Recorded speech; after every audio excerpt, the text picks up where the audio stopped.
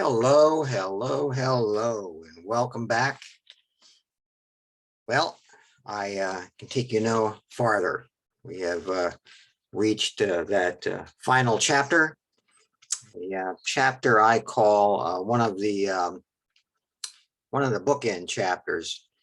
If chapter one is the introductory chapter, this section entitled "A World of Geography" serves to, oh, how can I say this? I guess provide a filter, right? Provide a filter as to where we've been and perhaps where world regional geography is perhaps heading in the future.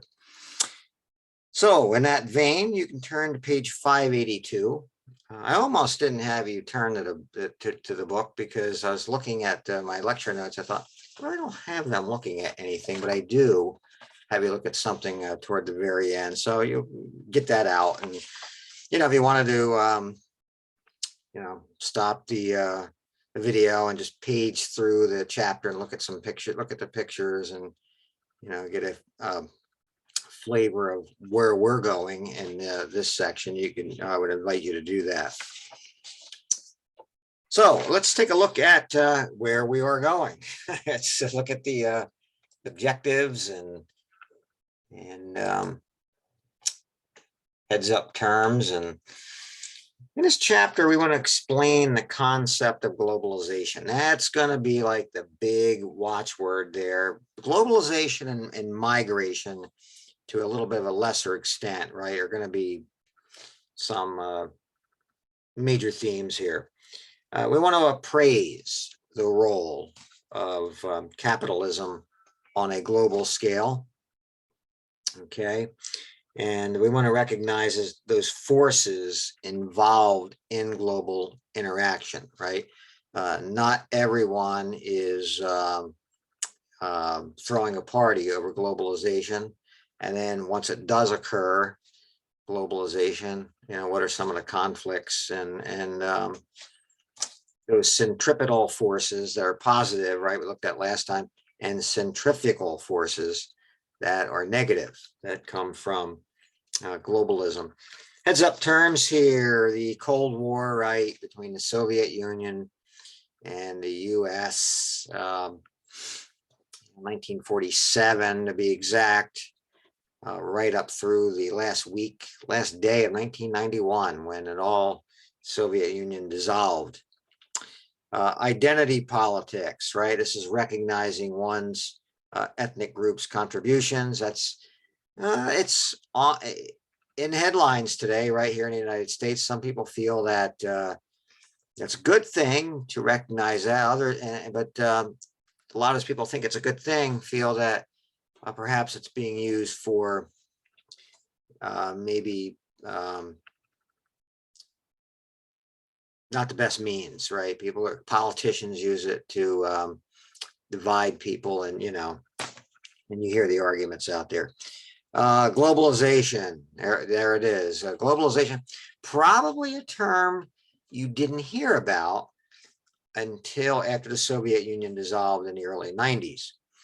And I know it was starting to be tossed around during the George H. Senior administration back in the early 90s.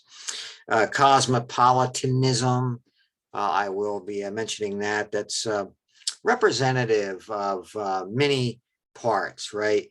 Not bound by local or national prejudices, okay? Al-Qaeda will mention, right, Osama bin Laden's agency, the emblem of, if you will, of militant Islam, ISIS, Mercosur, mentioned them briefly. I mentioned, throughout this course, we've looked at regional economic and military groups. The NATO. We looked at ASEAN over in Southeast Asia. Mercosur is from. We didn't cover this. I didn't dwell on this when we were in Latin America, but a Southern Latin American economic group. So there you have it. And we'll get going here with the last lecture model. And I want to get into diverse worlds and geographies of conflict, but I want to set that up by saying the regional geographies of the world are a result of the complex and dynamic interactions, right? Interactions of human activities with the natural environment. The examination of the local, country, and global scales of these interactions in the previous 12 chapters, as a matter of fact, should have produced a better understanding of places, forces for change, and local responses to those forces. Let me see my side panel. It is not there we go. Details with all of this.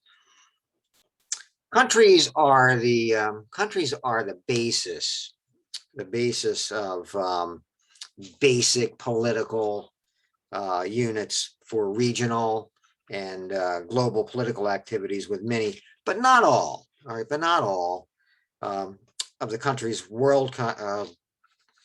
bigger countries, more prominent countries, being nation states, right? Contributing to the complexity of understanding the geographies of the political interactions are a lot, right? There are many of those, many challenges to a nation state's sovereignty as a result. Such challenges may come from within a country through nationalisms of minority groups or from external forces. Such as large organizations like the EU, right, the European Union, which we've studied, or the United Nations. So you have these political alliances and strategies that get formed, during these political economic conflicts between capitalism and communism during the Cold War, and that has shifted. That is probably since the Soviet Union dissolved, but that's shifted focus to the local level and countries or movements such as Al-Qaeda, ISIS, that may threaten peace at the global scale. Let's dive into what you guys need to know to please the professor, right, on the final.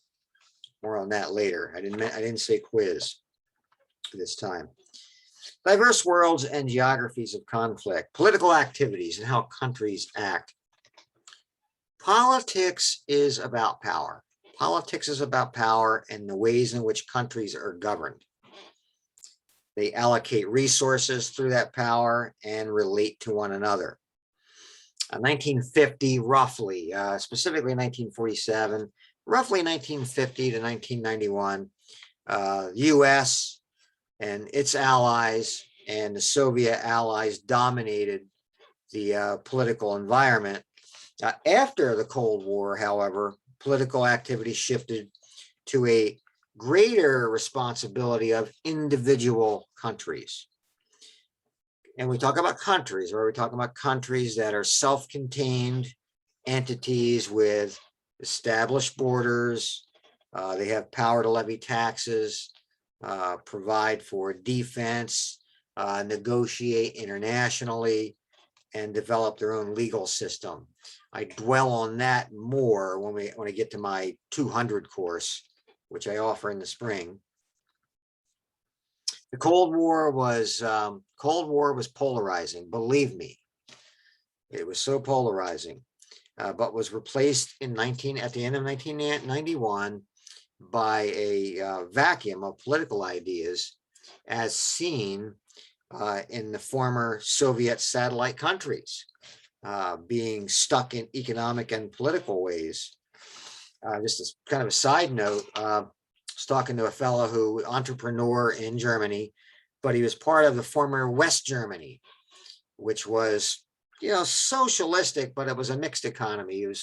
You had free markets there, and you could operate your own business.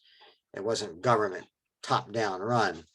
Well, once the Berlin Wall collapsed and the Soviet Union collapsed a little over a year later, a lot of East Germans from the communist side of their Iron Curtain were coming over to West Germany where the businesses were. And my acquaintance was telling me he was firing former East Germans left and right because they were used to the communist quota system where, you didn't want people working too long and too hard because you could get, revolutions of, hey, I need to be paid more. So there were frequent breaks, and he had people taking frequent breaks, without being told they could take breaks, smoke breaks and so forth. And he had to do a lot of reprimanding. It was like, we don't do that. We don't do that over here, right? This is you're not in Kansas anymore, so to speak, as they said in The Wizard of Oz. So, the Soviet satellite countries, they were stuck in economic and political ways. And I think it's taken them a long time to adjust to, the different economy, even up to this hour that I, talking. And then perhaps the replacement to all that, was militant Islam, right? It was militant Islam. So we'll see. It seems to have been tamped down some. We'll see where all that goes now that the U.S., as I speak, is looking at leaving Afghanistan, and so remains to be seen, as they say. Let's start taking a look now at economic activities and global trends, and we just set that up by saying that the increasingly global interaction of economic activities has not occurred uniformly, prompting growth in regional economic agreements such as the EU, the European Union, NAFTA, right, North American Free Trade Agreement between Mexico, Canada, and the US, Mercosur down in Southern South America, and ASEAN.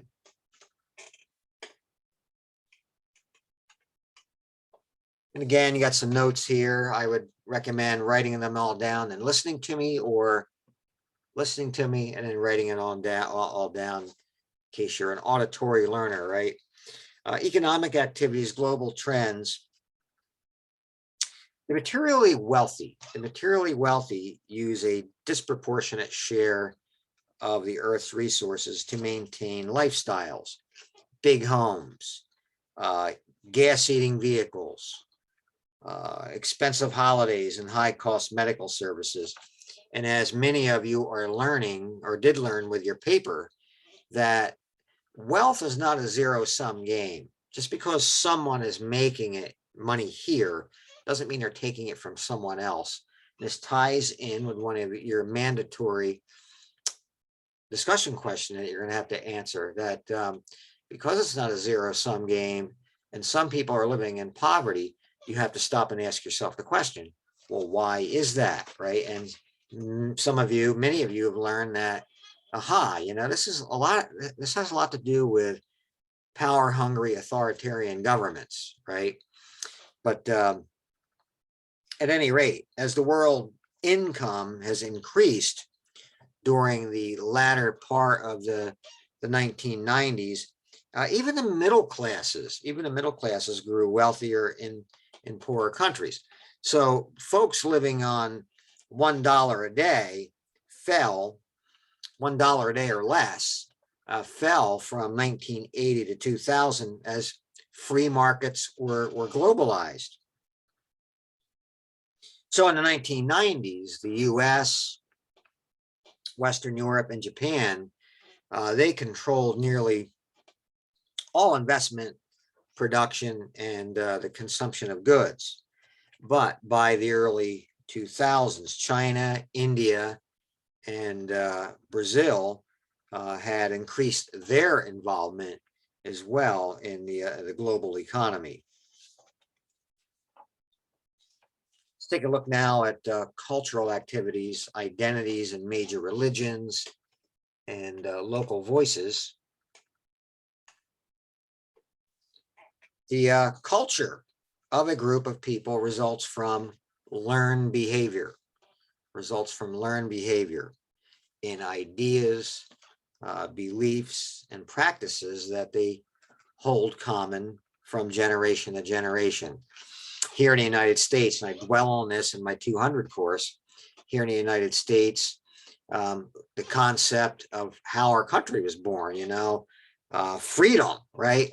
Freedom. Well, I mean, in here, I learned behavior is that as soon as you're old enough to drive, as soon as we responsibly think you can drive an automobile, that's a source of independence. It's a symbol of independence.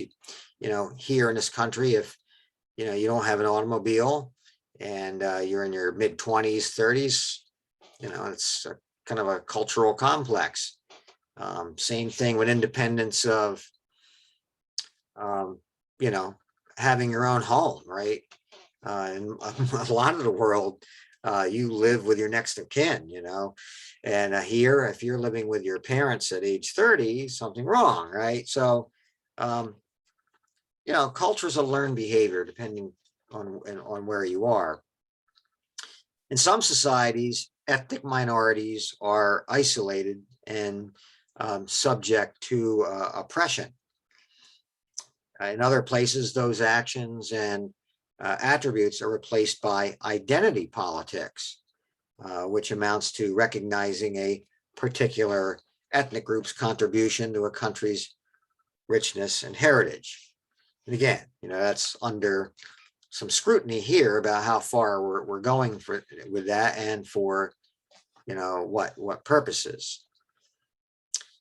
There's hardly a culture that can claim a single homogeneous culture.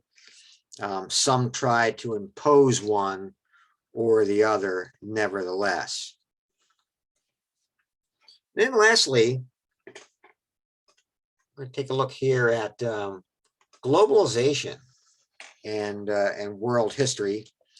And let me just set this up before we dive into that. When viewed in a historical context, globalization has developed in distinct phases, which I'm going to drill down on, as they say.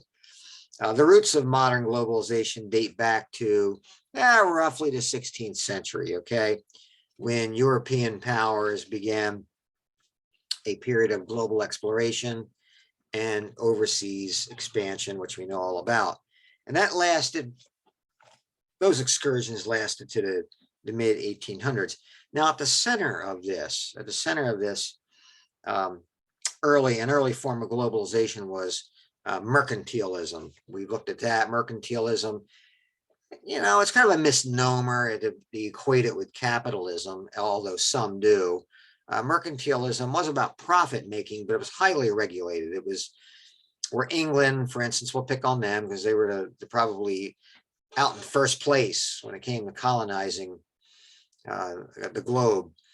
They would look to glean natural resources from their colonized states to take back to England, sell there, and in Europe for profits. But it was highly regulated. It was more export based than import. And so in true free market capitalism, you're not into a whole lot of regulation, right?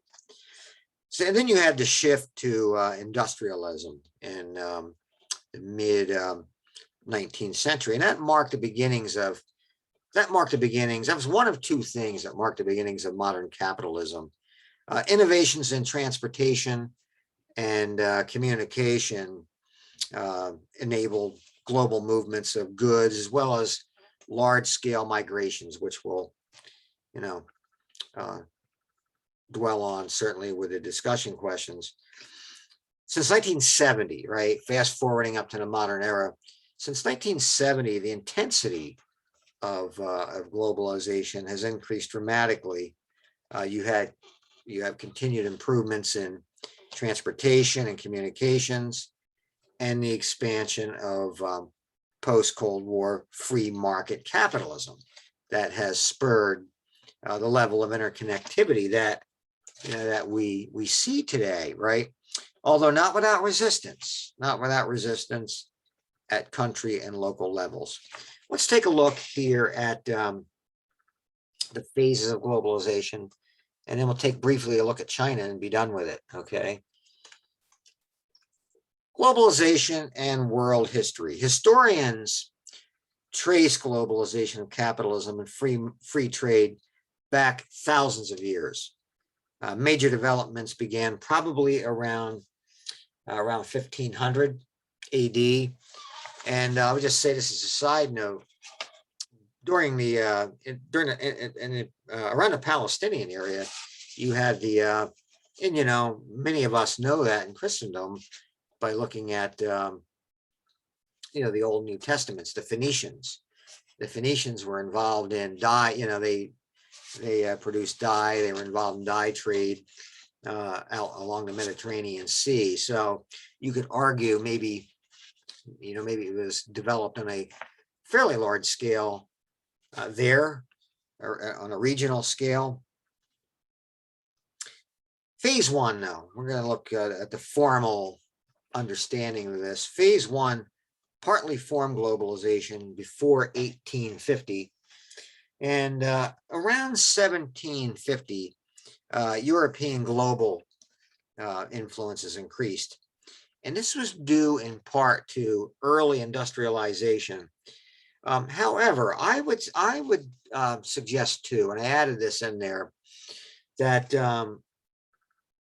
this was due in large part to the Protestant Reformation. Their theory, right? Their theory there was, you know, of the Protestant work ethic, right? The self-discipline and frugality that lent itself so well to capital accumulation and industry, and it has been identified since. And you had that idea too, right, in the, you know, in the New Testament, or about, you know, even in the Old Testament, I guess in the book of the Proverbs, that, you know, laziness is a sin, right? And you know, if you don't hunt, you know, you don't eat, and so forth. So I would strongly argue that you know, you may have began there, right, in earnest. Phase two, the beginnings of modern globalization, 1850 to 1970. And just as happened pre-World War I, and I want you to pay close attention to this point I'm going to make here, because this ties in with your discussion question.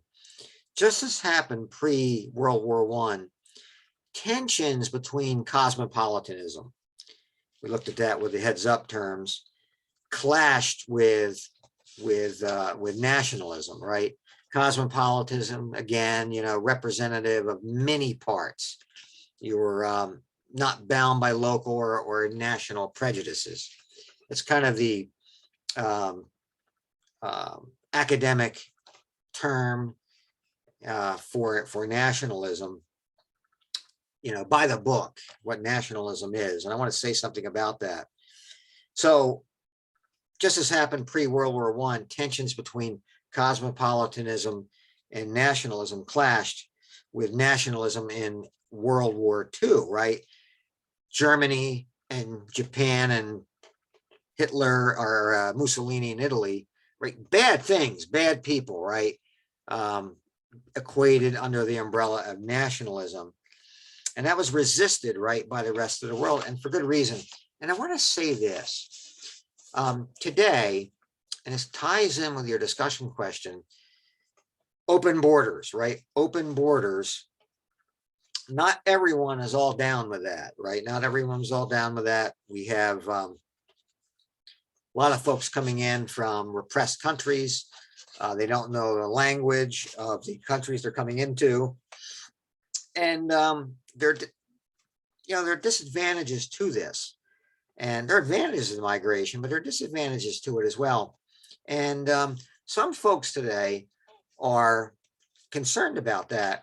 So again, politicians and maybe elites, even in my field, and I don't know why. I don't know if they're just not informed about maybe some of the fears and concerns, or out of political agendas. They're equating this nationalism. They brand these people as nationalists, and it seems to be done in a spirit where it's putting them under the same umbrella as a Hitler, a Mussolini, right? The Japanese. So, I mean, it's something to think about in the future beyond the class when you hear this, when you hear these debates, and certainly when you see the discussion question, right, that I'm going to be asking you to answer and contemplate. So, and in phase 3, globalization today, 1970 to where we're at, beginning in the 1970s, countries revived economic agreements, mainly through open trade. You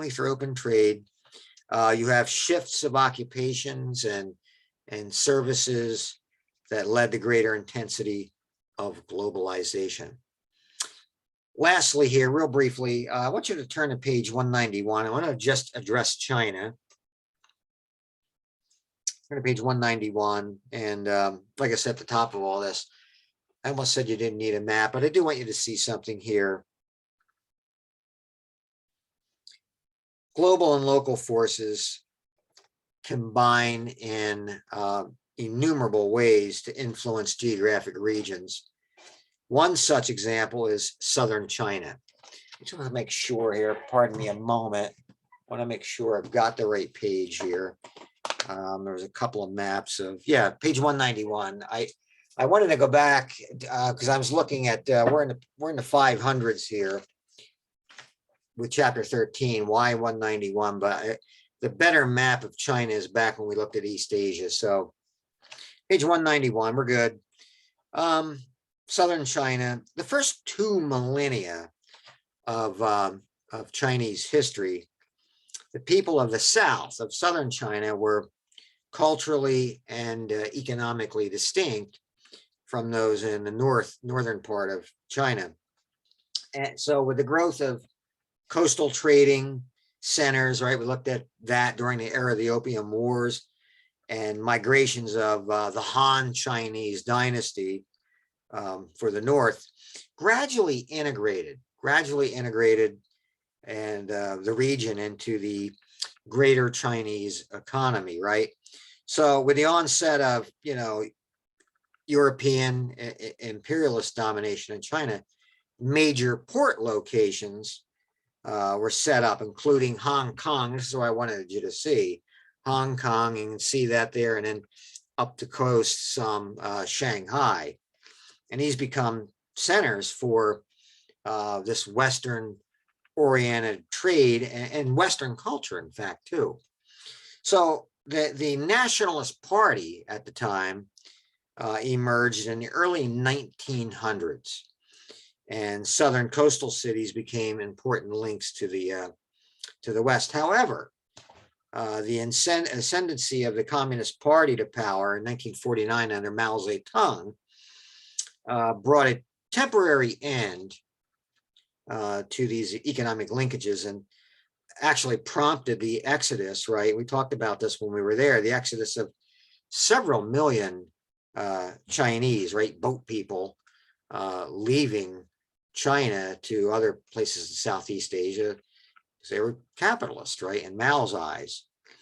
So following the death of Mao Zedong in 1976, the communist government initiated a series of policy changes. We've looked at several of those, moving toward economic liberalization, and that has catapulted southern China into global prominence.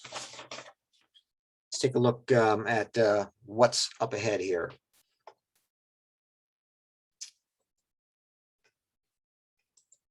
And some very important things up ahead. My video panel. Your reading will be point counterpoint out of your textbooks this time. We're back into that again. We're reading pages 588 and 89, and this is a basically a reading on migration, right? Migration. This will help you with your discussion question. Got your graphic organizer there that you can look at, and new trends videos. You got 2 of them: new trends in globalism and declining globalism. Comprehension, analysis, practice, activity is a basic sum it up sheet. Be sure to read the instructions on that if you want to practice with that. I advise you to take that medicine. Thursday, we have in the news, and then we have a short week, right? You guys have your reading days on over the weekend. So Friday, you're going to have your initial post and your response post. So Friday's a day for me. You're going to need to be working on your DQs, right? And then Sunday, you're not going to be doing your response posts, right? So forget that. You guys are going to be doing your reading days. So we'll take that off the table. Monday, there's no quiz because of the finals week. However, there will be extra questions and items from this chapter, chapter 13, more than any other, because we just didn't get to it as a quiz, right? And then Wednesday, the 15th, you will have my final. That will be up and ready to go at midnight, 12:01 Wednesday, and you'll have 24 hours to complete it. It will be timed, and I'm going to give you guys, it usually takes about an hour to 90 minutes to do it. I'm going to give you 2 hours. So, well, there you have it. 2 hours to take it. Any questions, right?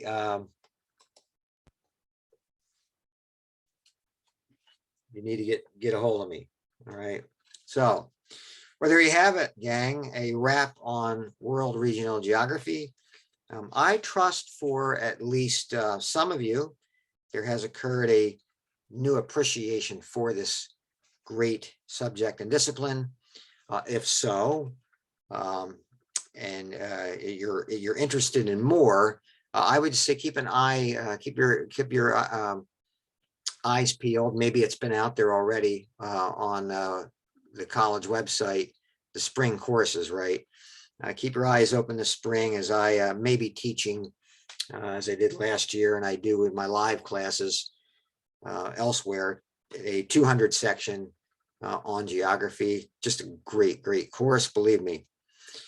So as always, the discipline was a joy for me to teach, and I enjoyed studying with many of you, and you know who you are. So take care, and all of the best. Do great on all the finals. All right. Bye.